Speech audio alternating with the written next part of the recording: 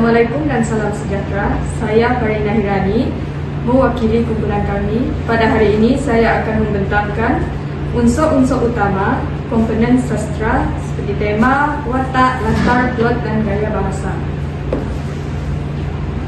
Untuk pengenalan, unsur-unsur utama dalam sastra merupakan elemen penting dalam pengajaran dan pembelajaran bahasa Melayu di mana ia berfungsi sebagai medium pendidikan yang holistik. Unsur-unsur utama seperti tema, watak, latar, plot dan gaya bahasa menjadi asas dalam memahami struktur, makna serta nilai yang terkandung dalam sebuah karya. Selain itu, pelajar dapat memperkukuh kemahiran bahasa, memperluas kosakata serta meningkatkan keupayaan berfikiran yang kritis. Kepentingan pemahaman unsur-unsur utama sastra ini mampu mengintegrasikan keindahan sastra dengan objektif pengajaran bahasa secara berkesan dan bermakna. Yang pertama iaitu tema. Tema merupakan idea utama atau persoalan pokok yang ingin disampaikan oleh pengarang melalui karya sastra. Ia menjadi teras dan nadi penceritaan yang menghubungkan semua unsur seperti watak, plot dan latar. Tema juga menggambarkan pandangan hidup, nilai dan pemikiran pengarang terhadap isu masyarakat. Ini merupakan contoh tema dalam sastra. Contoh yang pertama iaitu cinta dan hubungan. Ia menggambarkan kisah romansa atau konflik interpersonal. Contoh yang kedua iaitu misteri, menghadirkan teka-teki atau kejahatan yang perlu dipecahkan.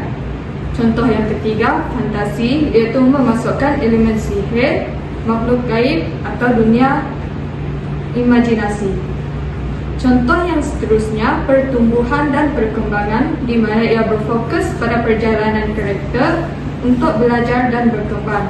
Dan contoh yang terakhir dalam sastra ialah moralitas dan etika, iaitu menjelajahi dilema baik dan buruk.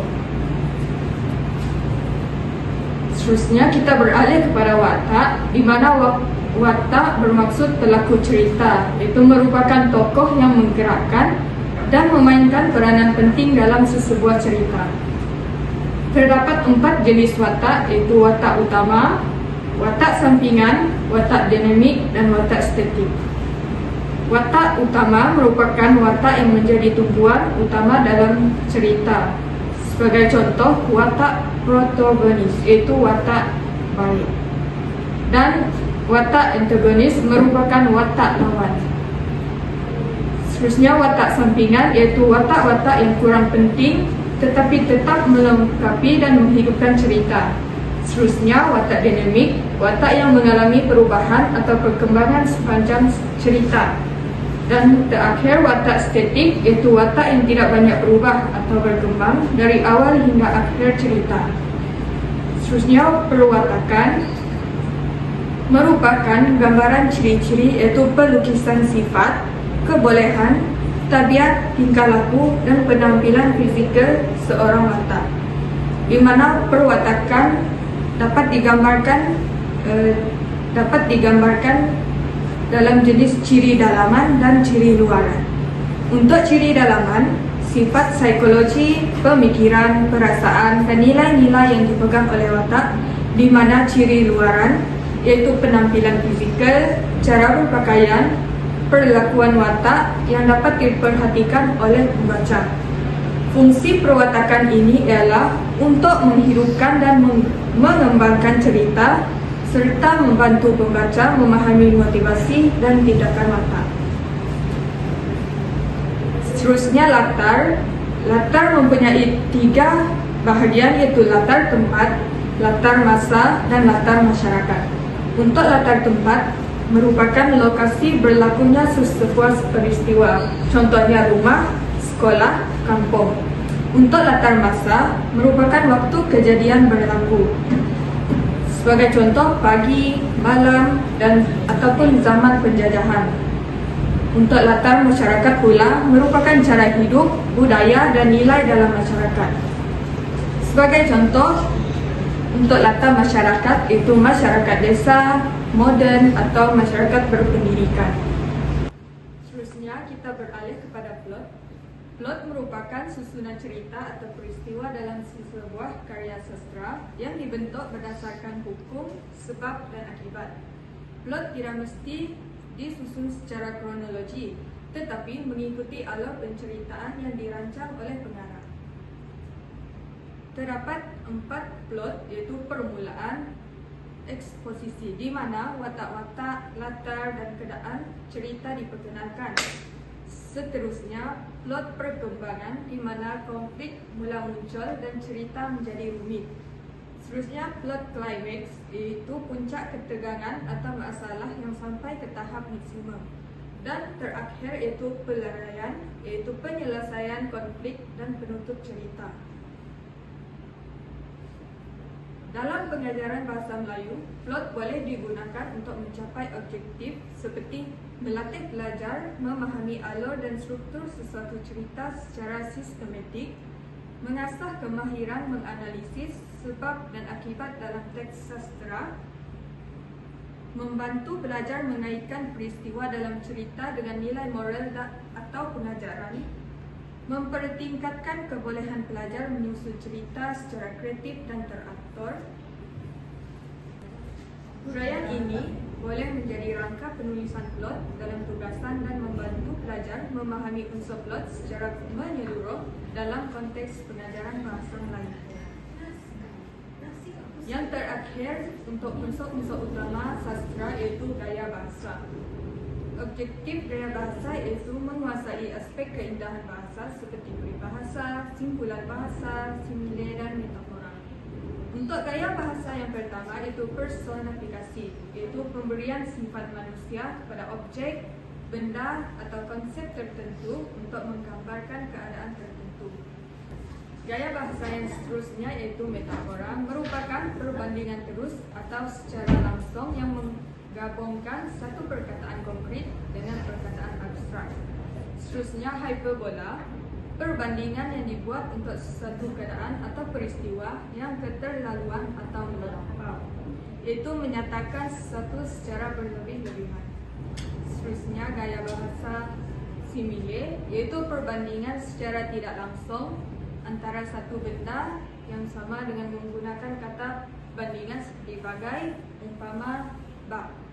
Seterusnya perlambangan atau simbolik, merupakan kata-kata yang membawa maksud tersirat, bukan yang tersurat, untuk digunakan bagi menerangkan suatu benda, keadaan atau peristiwa. Gaya bahasa seterusnya itu pengulangan, di mana terdapat 4, yaitu anafora, epifora, repitasi, dan responsif. Pengulangan bermaksud unsur pengulangan berlaku pada kata, ungkapan, barisan, atau rangka. Pengulangan yang pertama itu anafora, pengulangan kata pada awal baris, pantun atau saja. Yang kedua epifora, pengulangan perkataan atau frasa di akhir baris pantun atau saja.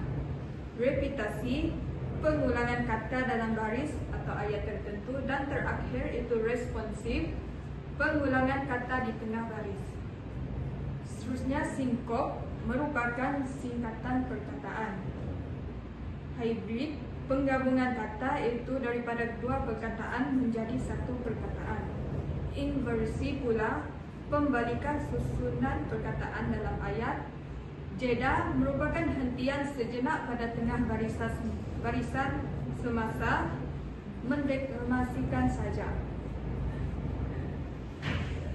Seterusnya paradoks, merupakan bahasa yang menunjukkan unsur yang bertentangan dalam sebaris ayat. Imajinasi merupakan perkataan yang membawa image sesuatu benda. Seterusnya diksi. Diksi merupakan penggunaan kata yang mengikut jenis-jenis tertentu. Sebagai contoh, penggunaan kata ganda, kata pinjaman bahasa Arab, kata pinjaman bahasa Inggris, kata pinjaman bahasa istana, bahasa klasik, bahasa Jawa, dialek, peribahasa, simpulan bahasa atau bahasa kiasan.